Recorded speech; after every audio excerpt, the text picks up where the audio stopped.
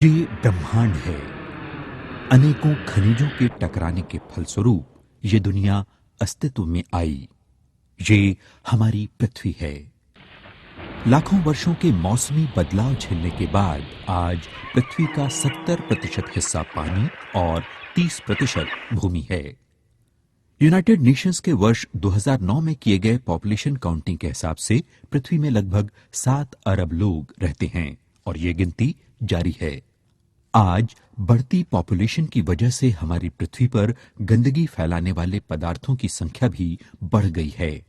हम पहले से ही बहुत सारी समस्याओं को झेल रहे हैं, पर आज की सबसे बड़ी समस्या है पर्यावरण प्रदूषण। दुनिया का कोई भी कोना इससे बचा नहीं है। इसका कारण मनुष्य की बदलती जीवन शैली है, जिसके कारण ह्यूमन बॉडी में बहुत सारी कॉम्प्लिकेशन आ जाती हैं। मार्केट में मिलने वाले मिनरल वाटर में भी वो जरूरी मिनरल नहीं पाए जाते जो कि हमारे लिए अति आवश्यक है। मानव शरीर संयुक्त रूप से विभिन्न अंगों का रूप है जो कि मिलजुल कर काम करते हैं। हमारे शरीर में तकरीबन 50 ट्रिलियन सेल्स हैं। ये सेल्स मिनरल्स के बने हैं जो कि जिंदगी का मूलभूत आधार हैं। मानव शरीर 75% पानी है और 25% हिस्सा हवा, चमड़ी और चर्बी के लिए है। हमारा शरीर अलग अलग मिनरल्स की संरचना है। मिनरल्स बहुत ही जरूरी हैं, यानी कि ये मानव शरीर को सुचारू रूप से चलाते हैं और सेहत बरकरार रखते हैं।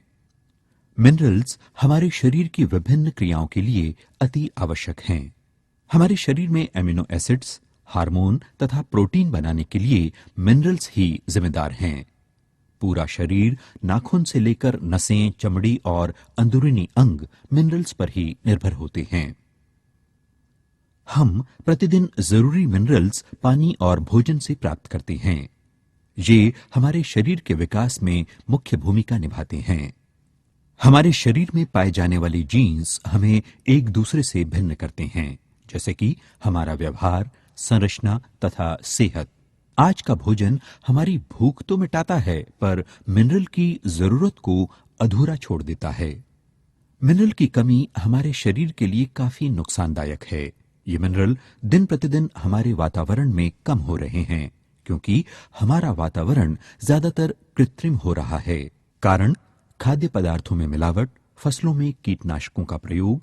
इसलिए आज मौजूदा मिनरल्स ज्यादा प्रभावी नहीं हैं।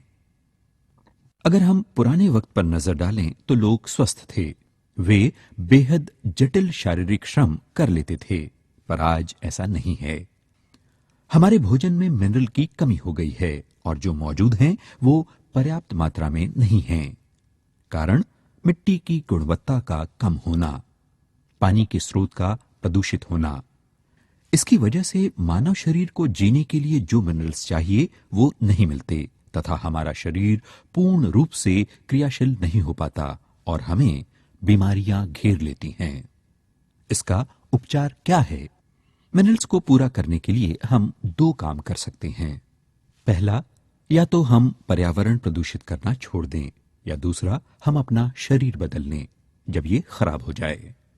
अब न तो हम काम बंद कर सकते हैं और न ही शरीर बदल सकते हैं। हमारे पास एक ही हल है कि अपने शरीर को भारी नुकसान से बचा लें।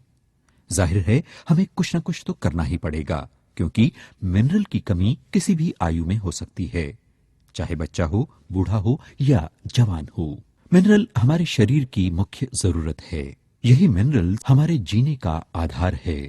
हमारे शरीर में मिनरल्स को डेली बेसिस पर पूरा करना होता है। कैल्शियम हमारे शरीर में हड्डियों की संरचना करता है।